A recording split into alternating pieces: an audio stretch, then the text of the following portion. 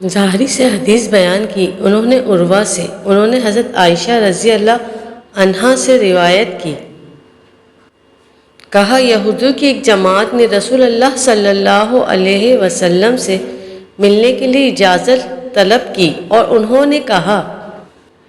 السلام علیکم، آپ پر موت ہو۔ حضرت عائشہ رضی اللہ عنہا نے کہا بلکہ تم پر موت ہو اور لعنت ہو۔ رسول اللہ صلی اللہ علیہ وسلم نے فرمایا عائشہ، اللہ تعالیٰ ہر معاملے میں نرمی پسند فرماتا ہے۔ حضرت عائشہ رضی اللہ عنہا نے عرض کی، کیا آپ نے سنا نہیں کہ انہوں نے کیا کہا تھا؟ آپ صلی اللہ علیہ وسلم نے فرمایا میں نے وعلیکم اور تم پر ہو کہہ دیا تھا۔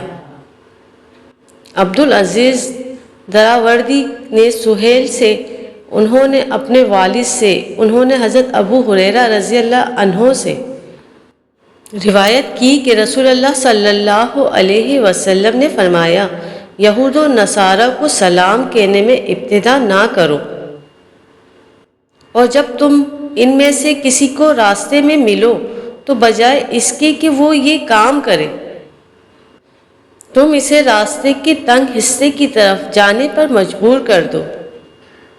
اسماعیل بن جعفر نے اپنے والد سے، انہوں نے حضرت ابو ہریرہ رضی اللہ عنہ سے روایت کی کہ رسول اللہ صلی اللہ علیہ وسلم نے فرمایا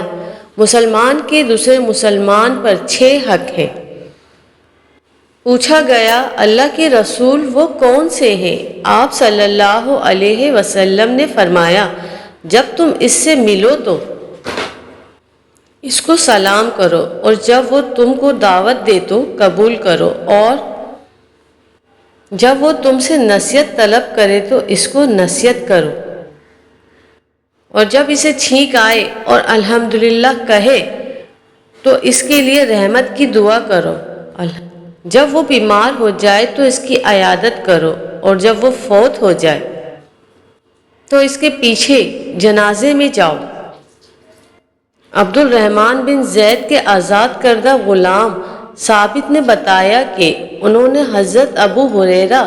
رضی اللہ عنہ سے سنا، کہہ رہے تھے کہ رسول اللہ صلی اللہ علیہ وسلم نے فرمایا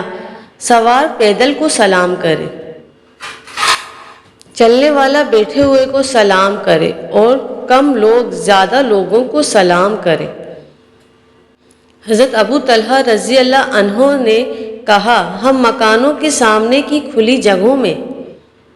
بیٹھے باتیں کر رہے تھے کہ رسول اللہ صلی اللہ علیہ وسلم تشریف لے آئے اور ہمارے پاس کھڑے ہو گئے۔ آپ نے فرمایا تمہارا راستوں کی خالی جگہوں پر مجلسوں سے کیا سروکار، راستوں کی مجالس سے اجتناب کرو۔ ہم نے کہا ہم ایسی باتوں کے لیے بیٹھے ہیں جن میں کسی قسم کی کوئی قباحت نہیں،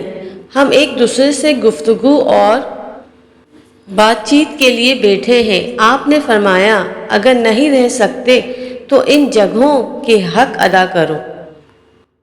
جو یہ ہیں آنکھ نیچی رکھنا، سلام کا جواب دینا اور اچھی گفتگو کرنا۔